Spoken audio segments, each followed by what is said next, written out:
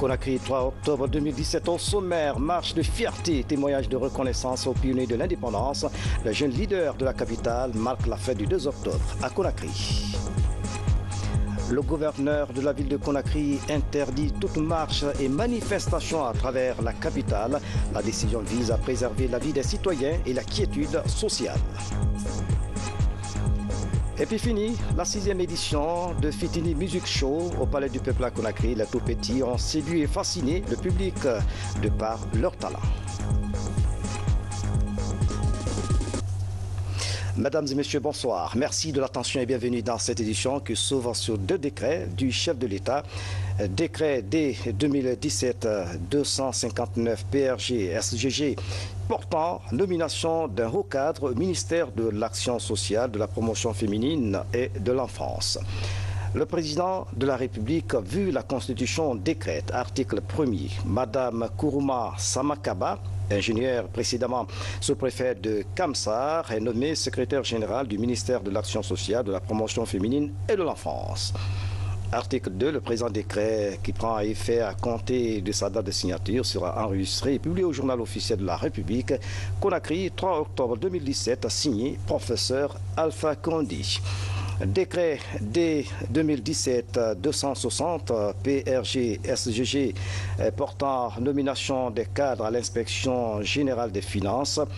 Cet autre décret, vous le suivrez en fin du journal. Le président de la République, professeur Alpha Condé, s'est rendu ce mardi à l'hôpital sino-guinéen. Vous le voyez donc en image. Elle est allée rendre visite à certains de ses proches collaborateurs hospitalisés. Il s'agit de M. Suleiman Keïta, ministre conseiller à la présidence de la République, le journaliste reporter Ibrahima Keïta du bureau de presse de la présidence de la République et M. Soriba Kaba de la présidence. Professeur Alpha Condé a apporté un appui substantiel à chacun de ses collaborateurs malades, un geste de magnanimité hautement salué par les travailleurs de l'hôpital sino-guinéen, ici à Conakry. L'an 59 de l'accession de la Guinée à l'indépendance, on en parle dans cette édition. Les jeunes leaders de la capitale ont organisé une grande cérémonie à Conakry pour saluer la mémoire de nos illustres devanciers. Ils ont pour l'occasion témoigné de leur reconnaissance aux artisans de l'indépendance. C'est le Premier ministre, chef du gouvernement, qui a présidé l'événement au Palais du Peuple. Ousmane Bangoura, reportage. C'est un carnaval initié par les jeunes leaders de Guinée à l'occasion de la commémoration des festivités de l'an 59 de l'accession de la Guinée à l'indépendance. Ces jeunes, issus des différentes plateformes du pays, sont venus marquer un cachet tout particulier à cette date historique. Aujourd'hui, il nous appartient de faire du jubilé de l'indépendance un moment historique privilégié et de marquer une pause pour évaluer les étapes franchies par notre pays durant plus d'un demi-siècle en matière de développement humain, en faisant le point des succès, des difficultés et des ambitions, et en tirant les enseignements des choix opérés pendant cette période historique. En cette date historique d'indépendance, de liberté, de dignité, nous devons tous ensemble, Guinéens, jeunes, moins jeunes ou plus âgés, accepter l'évidence. La Guinée sera ou ne sera pas tant que nous ne nous accepterons pas les uns et les autres. Parmi les artisans du vote référendaire du 2 octobre 1958, quelques témoins de ces glorieux moments reviennent ici sur les temps forts. Ma joie est infinie parce que, je vous le dis, j'ai eu personnellement l'honneur de participer à la campagne référendaire du 28 septembre 1958 et j'ai eu l'honneur d'être président d'un bureau de vote et ce jour-là, nous avons tous voté non à l'esclavage, oui à la liberté, oui à la dignité, puis à la réconciliation, à la consolidation de l'unité africaine. Je voudrais dire aux jeunes que vous êtes que la Guinée n'a pas d'autre choix que d'être panafricaniste. Vos grands-pères, vos grands-mères, vos pères, vos oncles, vos tantes ont donné leur sang. et leur sueur pour que l'Afrique soit indépendante. Pour le Premier ministre, la célébration du 2 octobre est témoin du rapprochement du peuple de Guinée. Un peuple qui a osé fermer portes et fenêtres aux colonisateurs.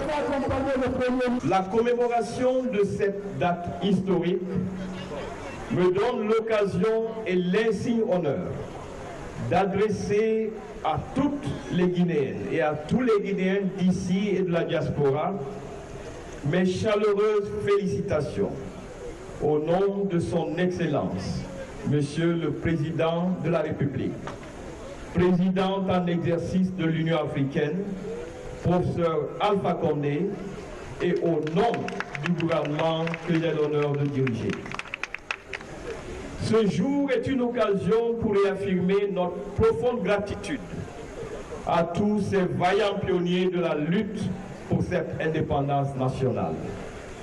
Cette fête nous rassemble parce qu'elle exalte notre liberté retrouvée et met à l'honneur nos intrépides pionniers et pères fondateurs qui se sont battus pour cette liberté, mais aussi rappelle à notre jeunesse dynamique qui porte nos espoirs pour le futur, la voie à suivre pour relever les défis d'aujourd'hui et de demain.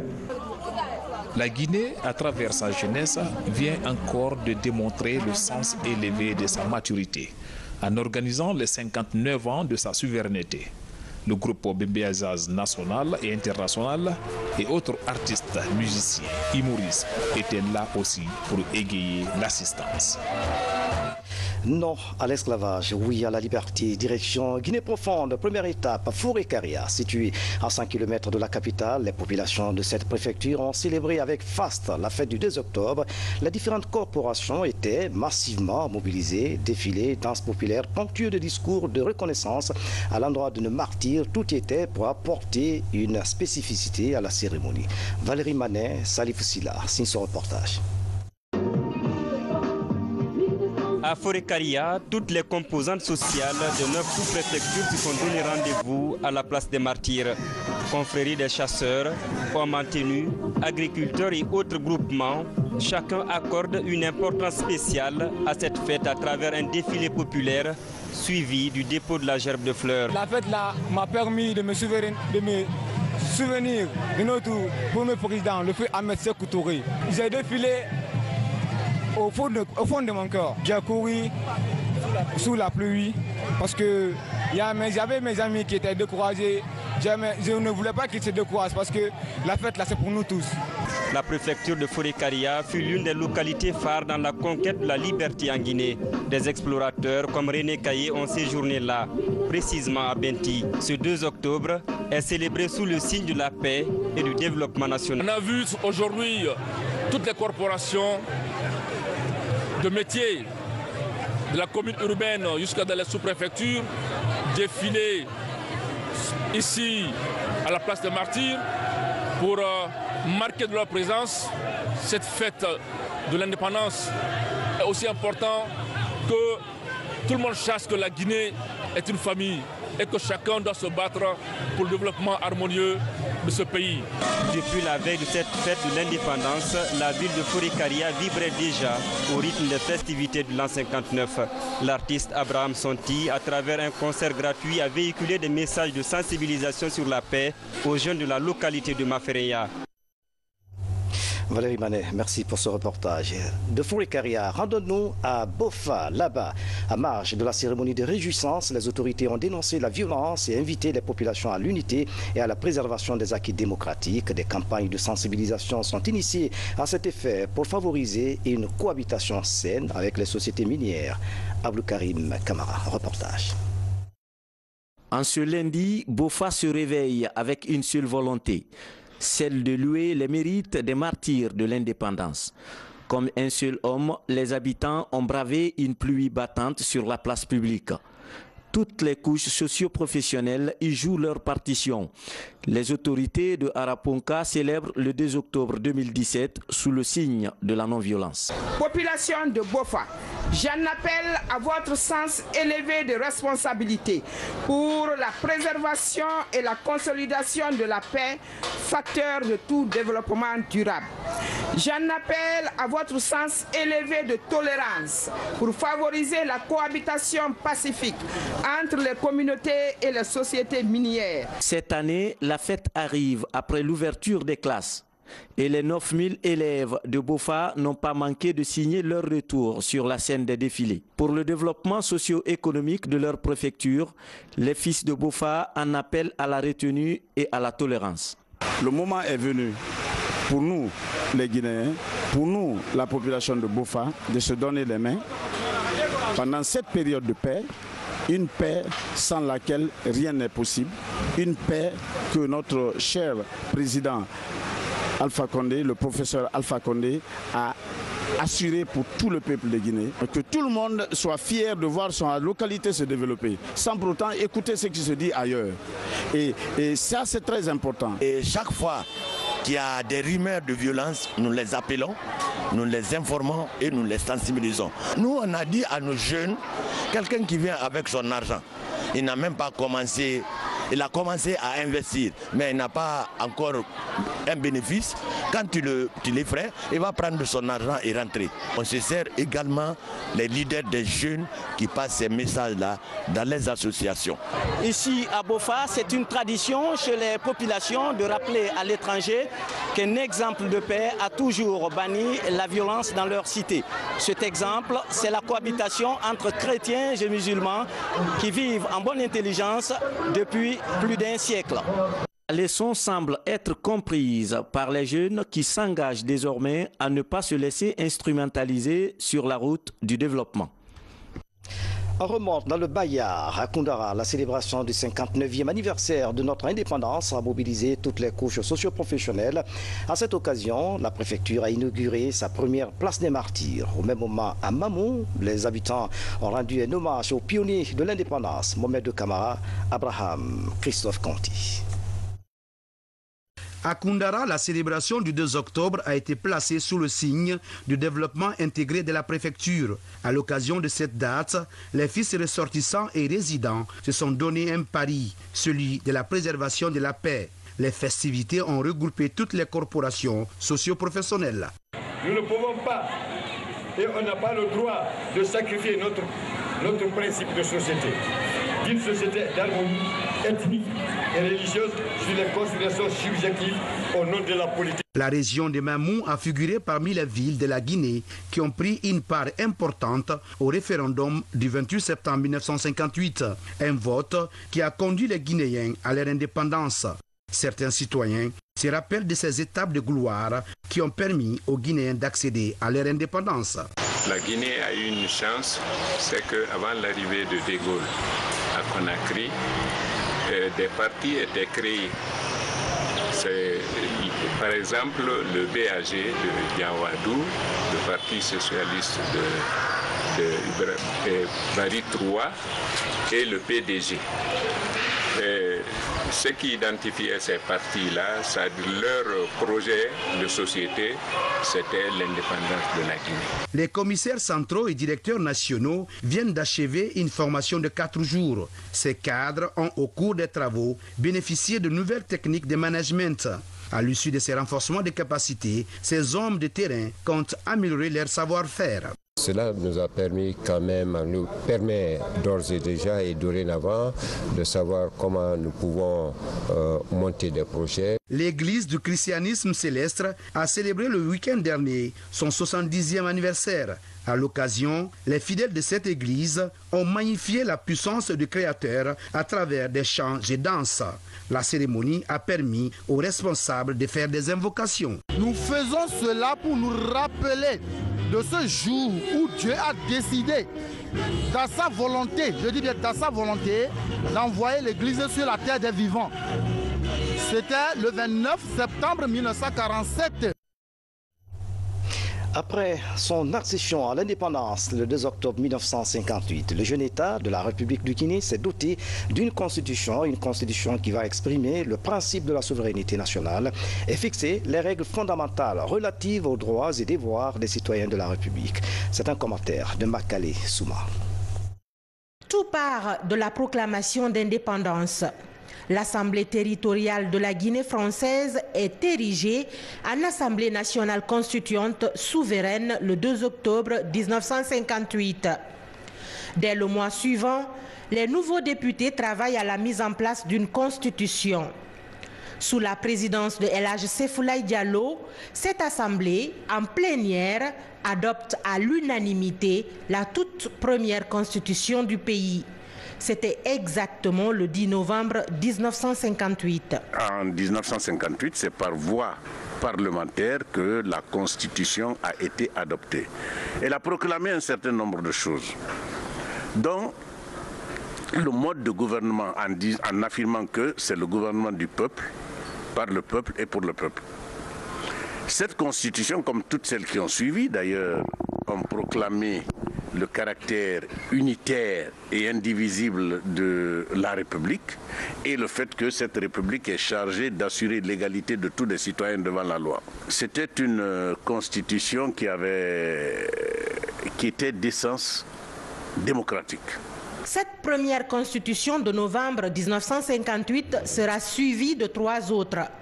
La forme du gouvernement est toujours déterminée, les droits politiques des citoyens sont définis et la politique de l'État est dictée.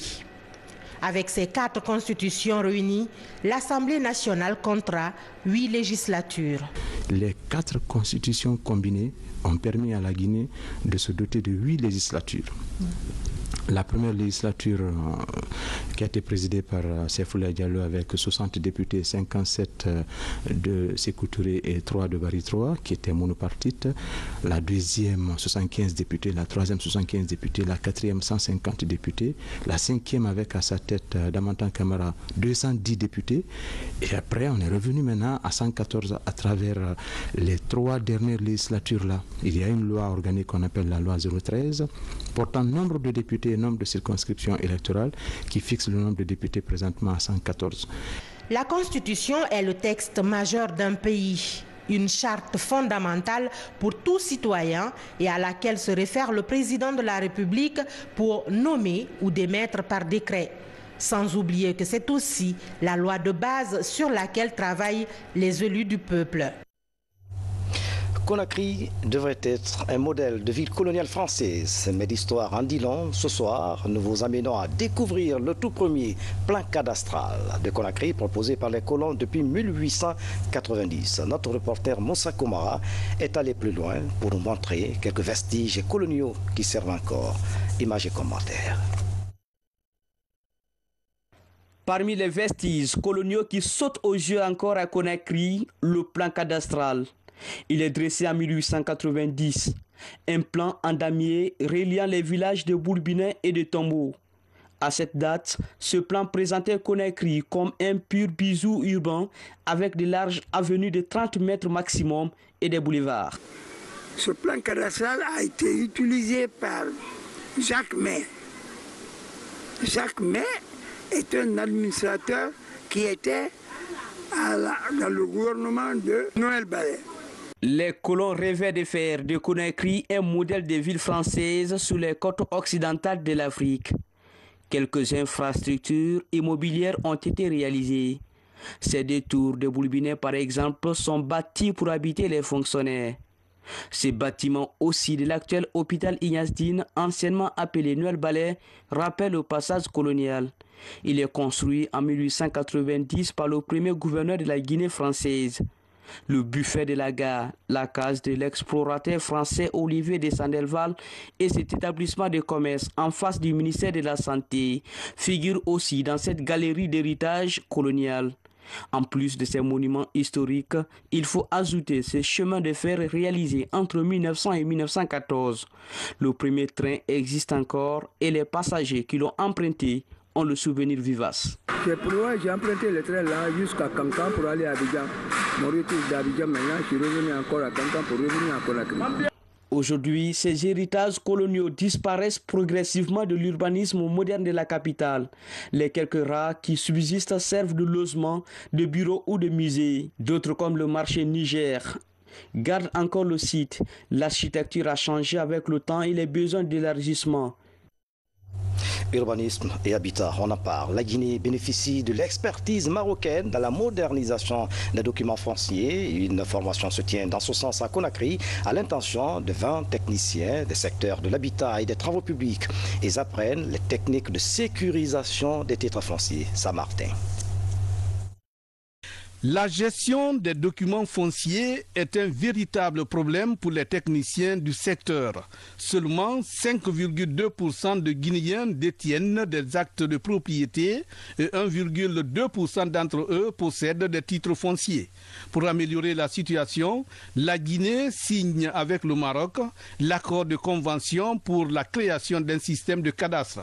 L'expérience en matière d'immatriculation et des systèmes fonciers date de plus d'un siècle au Maroc. Et l'expertise marocaine, bien sûr, se met au service de l'Afrique, se met au service de la Guinée. Et la priorité des priorités dans ce partenariat, bien sûr, c'est le transfert des compétences.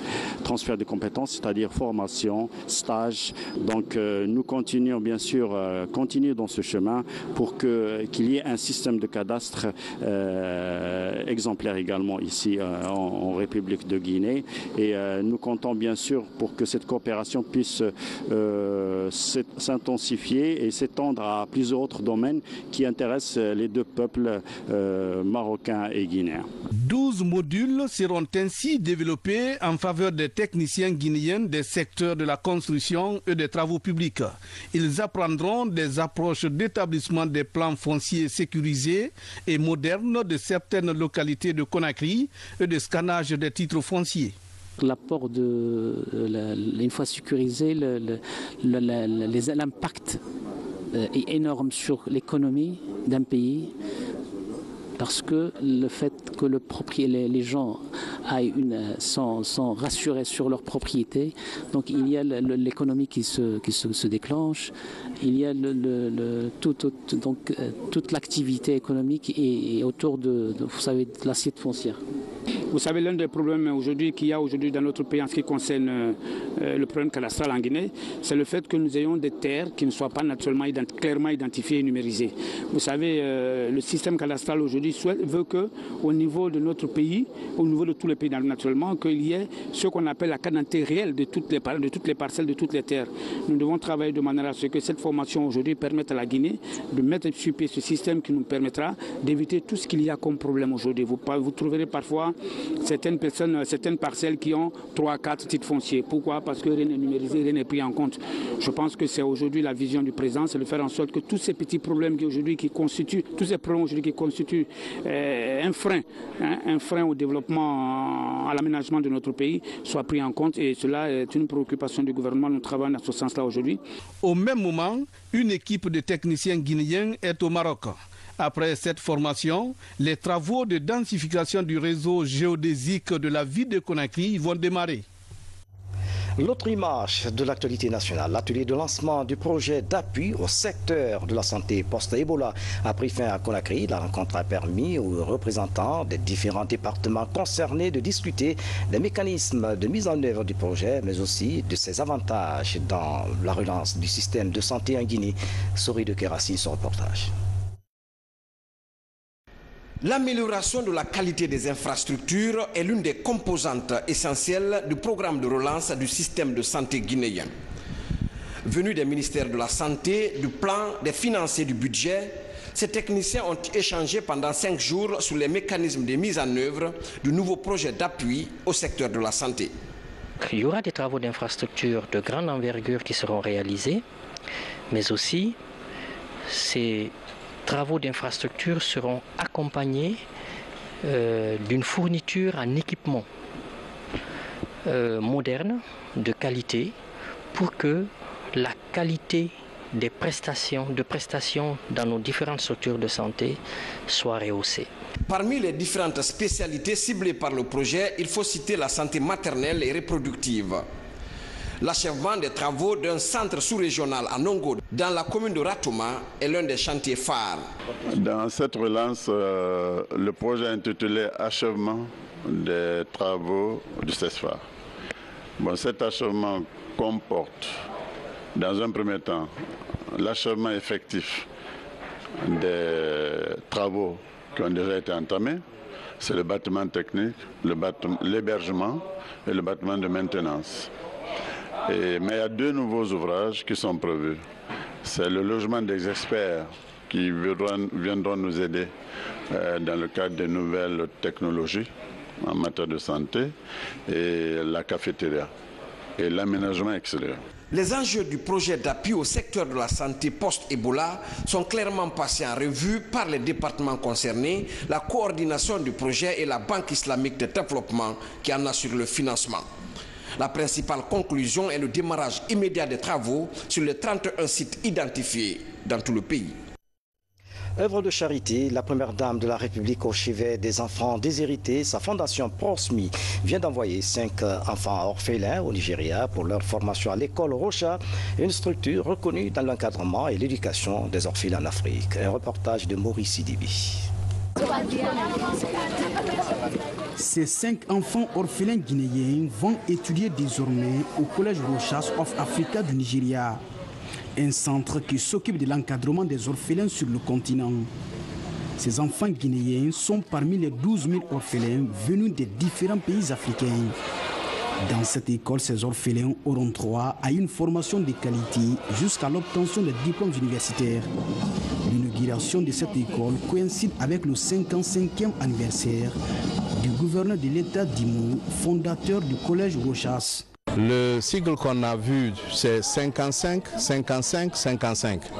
À l'occasion de son 55e anniversaire, il réunit 5 enfants des 55 États africains. Donc, aujourd'hui, nous avons des enfants, comme vous pouvez le voir, de certains pays qui sont déjà là. La Guinée a été le premier pays à envoyer ses enfants grâce au soutien de la première dame qui travaille étroitement avec la fondation Rochas. L'inscription de ces 5 orphelins guinéens à l'école Rochas du Nigeria est rendue possible grâce à la fondation Prosmi. Depuis un certain temps, elle a développé un partenariat dynamique avec la fondation Rochas de l'État d'Imo au Nigeria.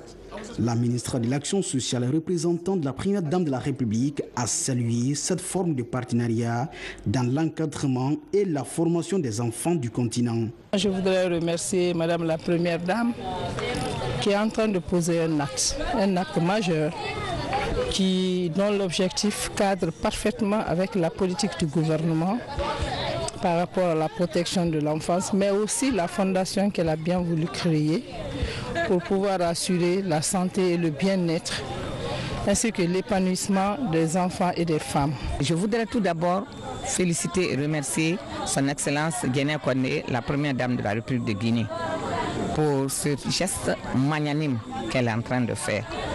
Elle a été la première à envoyer ses 5 enfants. Elle a été la seule à envoyer une délégation pour superviser cette cérémonie parmi tous les autres pays. Et je suis toute heureuse de voir la façon par laquelle les enfants sont installés, vraiment l'embonpoint qu'ils ont, les bonnes dispositions qui sont prises pour ces enfants. Je pense que c'est des enfants qui vont réussir et qui vont servir d'exemple en Afrique et retourner servir leur pays en toute quiétude d'esprit. La délégation guinéenne a été reçue par le gouverneur de l'État d'Imo et son épouse. Le couple a exprimé sa volonté de se rendre bientôt en Guinée pour une visite de courtoisie et de renforcement des liens entre la fondation Rochas et la Prosmi. Et puis, à l'hémicycle, le président de l'Assemblée nationale porte à la connaissance des honorables députés, des membres du gouvernement, des représentants des institutions républicaines, des membres du corps diplomatique et consulaire, des représentants des institutions internationales et du peuple de Guinée que la deuxième session, dite session budgétaire de l'année 2017, sera ouverte le jeudi 5 octobre 2017 conformément aux dispositions de l'article 69 de la Constitution à 11h précises à l'hémicycle au Palais du Peuple à Conakry. Sont conviés à cette cérémonie le Premier ministre, chef du gouvernement, les présidents des institutions constitutionnelles, le représentant du président de la République, les membres du gouvernement, le ministre conseiller chargé de relations avec les institutions constitutionnelles, les membres du corps diplomatique et consulaire, les représentants des institutions internationales, le gouverneur de la Banque centrale de la République de Guinée, le chef d'état-major général des armées, le haut commandant de la gendarmerie nationale, le gouverneur de la ville de Conakry, les chefs d'état-major particuliers, les directeurs généraux de la police et des douanes, les représentants des centrales syndicales, les représentants des confessions religieuses, les 5 maires de la ville de Conakry. Vu l'importance de cet événement, la présence de tous est vivement souhaitée. Conakry, le 3 octobre 2017, le secrétaire général Dr Mohamed Beretti.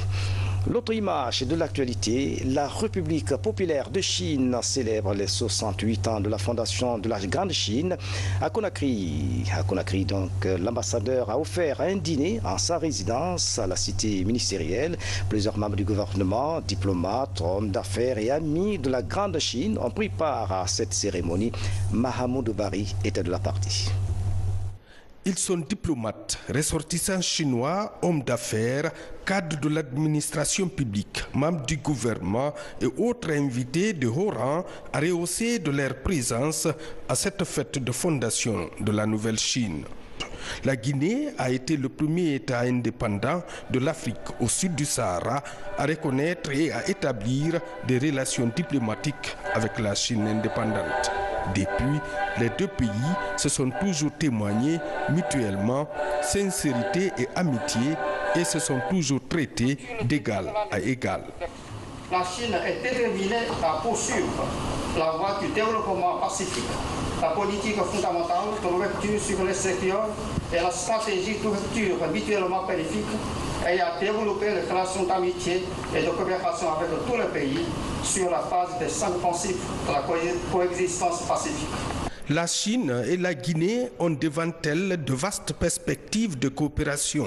Ces dernières années, cette coopération couvre entre autres les mines, l'hydroélectricité, les infrastructures, l'éducation, la formation, la santé, le commerce, la défense et la sécurité.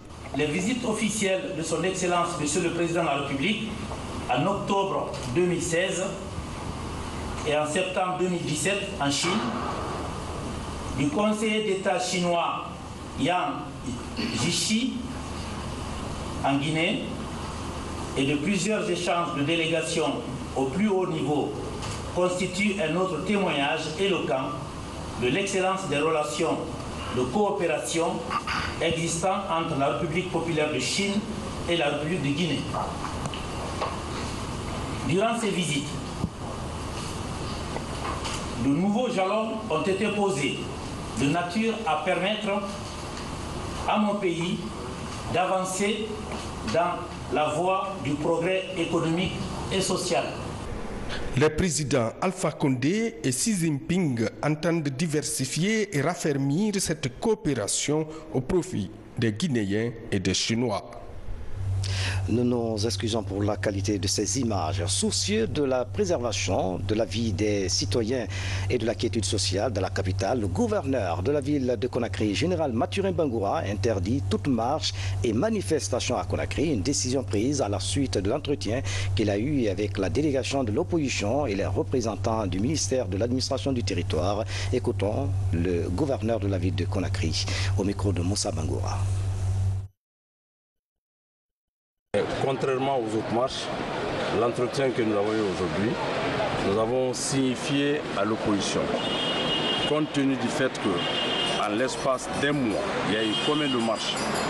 Et il vous souviendra qu'il y a une semaine de cela, on a enterré 2 morts après une marche qu'on a qualifiée de pacifique.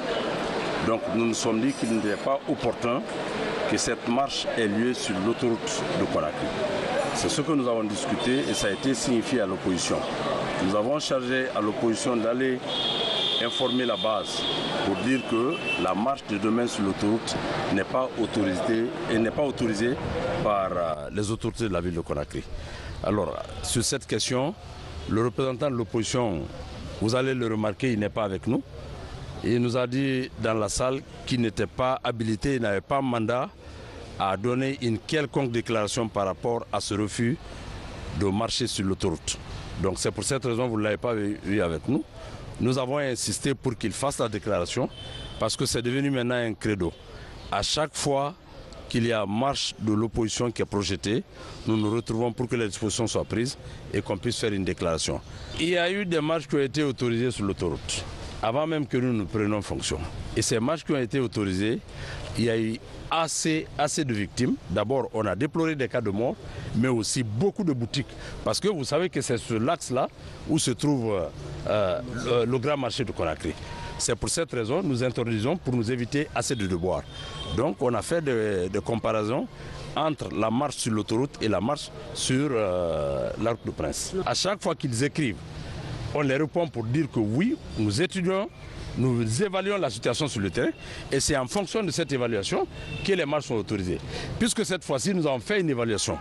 À chaque fois qu'il y ait une perte de vies humaines, c'est la Guinée qui perd. Un seul individu qui perd son âme, c'est la Guinée qui perd. Donc nous nous sommes dit qu'à l'espace de combien de semaines, il y a eu combien de morts. Et on n'a pas encore fini de ces morts et qu'on sorte encore demain matin pour courir d'autres choses sur l'autoroute. Voilà pourquoi nous nous sommes dit qu'il fallait qu'on accepte de s'accorder pour que cette marche n'ait pas lieu. Le gouverneur de la ville de Conakry, général Mathurin Bangoura. L'actualité internationale reste dominée par la fusillade qui aurait fait 59 morts et plusieurs blessés lors d'une veillée à l'université de Nevada aux États-Unis. Et en Espagne, les Catalans sont en grève contre les violences. Suivez ces informations sous forme de télégramme avec Makeme Donzo. Veillée à l'université du Nevada après la fusillade à Las Vegas. À la lumière des bougies, une veillée est organisée en hommage aux victimes à l'université du Nevada après qu'un tireur ait ouvert le feu sur une foule assistant à un concert de musique country à Las Vegas aux États-Unis, tuant au moins 59 personnes et en blessant plus de 500 autres. La Catalogne en grève contre les violences policières. Du FC Barcelone à la célèbre Sagrada Familia, les Catalans se sont mobilisés pour défendre leurs droits et dénoncer les violences policières de dimanche en marge du référendum interdit sur l'indépendance. Depuis ce processus unilatéral, le fossé semble s'approfondir avec Madrid. Vente aux enchères encore pour une céramique chinoise à Hong Kong. Un bol datant d'environ 1000 ans de l'époque de la dynastie chinoise Song. C'est vendu pour 37,7 millions de dollars, le record pour ce genre de céramique. En France, Maître Gims fait son entrée au musée Crévin. Hier, le rappeur Maître Gims, lors d'une cérémonie, a exprimé sa fierté de voir sa statue de cire se retrouver dans le célèbre établissement parisien. Enfin, des débris spatiaux dans l'espace. C'est le 60e anniversaire du lancement des débris spatiaux dans l'espace par l'ancienne URSS de Sputnik 1, premier satellite artificiel mis sur orbite. Et puis, nous revenons sur ce décret du chef de l'État avant de refermer cette édition. Décret D 2017-259 PRJ SGG portant nomination d'un haut cadre au ministère de l'Action sociale, de la promotion féminine et de l'enfance. Le président de la République, vu la Constitution, décrète, article 1er. Madame Kourouma Samakaba, ingénieure précédemment sous-préfet de Kamsar, est nommée secrétaire générale du ministère de l'Action sociale, de la promotion féminine et de l'enfance. Article 2, le présent décret qui prend effet à compter de sa date de signature sera enregistré et publié au journal officiel de la République Conakry le 3 octobre 2017, signé professeur Alpha Condé, chef de l'État. Décret dès 2017, 260 PRG, SGG portant nomination des cadres à l'inspection générale des finances. Le président de la République, vu la Constitution, décrète, article 1er, les lauréats du concours de recrutement des inspecteurs des finances en session 2016 et 2017, dont les noms et prénoms suivent, sont nommés inspecteurs des finances. 1. Laï Sekou Diawara. 2. Aïssata Sidibé. 3. Mohamed Tunkara. 4. Lamine Touré. 5. Mamadou Adama Baldé. 6. Aboubakar De Keïta. 7. Alassane Silla. 8. Sekou Kaba. 9. Mamadi Souri Kamara. 10. Ousmane Sissé. 11. Mariam Chérif Diallo. 12. Mohamed Sissé. 13. Sa Kemo Wano. 14. Yamon Yamba Fela Wendino. 15. Moussa Aïssata Kamara. 16. Yero Yalo. 17. Mamadou Saliou Yali Baldé. 18. Abley Ouri Alpha Yalo. 19. Alassane Bari. 20. Amadou Lali Bari. 21. Abdraman Soare. 22. Adama Karamon Kondé. 23. Tanou Bala Sakouvrogi.